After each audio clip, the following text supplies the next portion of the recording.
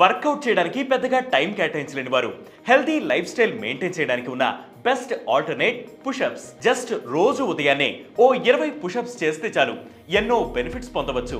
అవేంటో ఇప్పుడు చూద్దాం. ఉదయాన్నే పుషప్స్ చేయడం వల్ల మీ మెటాబాలిజం కి కిక్ స్టార్ట్ ఇచ్చినట్టు అవుతుంది. దీంతో మీ బాడీలో స్ట్రెంగ్త్ పెరగడమే కాక కండరాల పనితీరు మెరుగుపడి బ్లడ్ ఫ్లో కూడా ఇంప్రూవ్ అవుతుంది.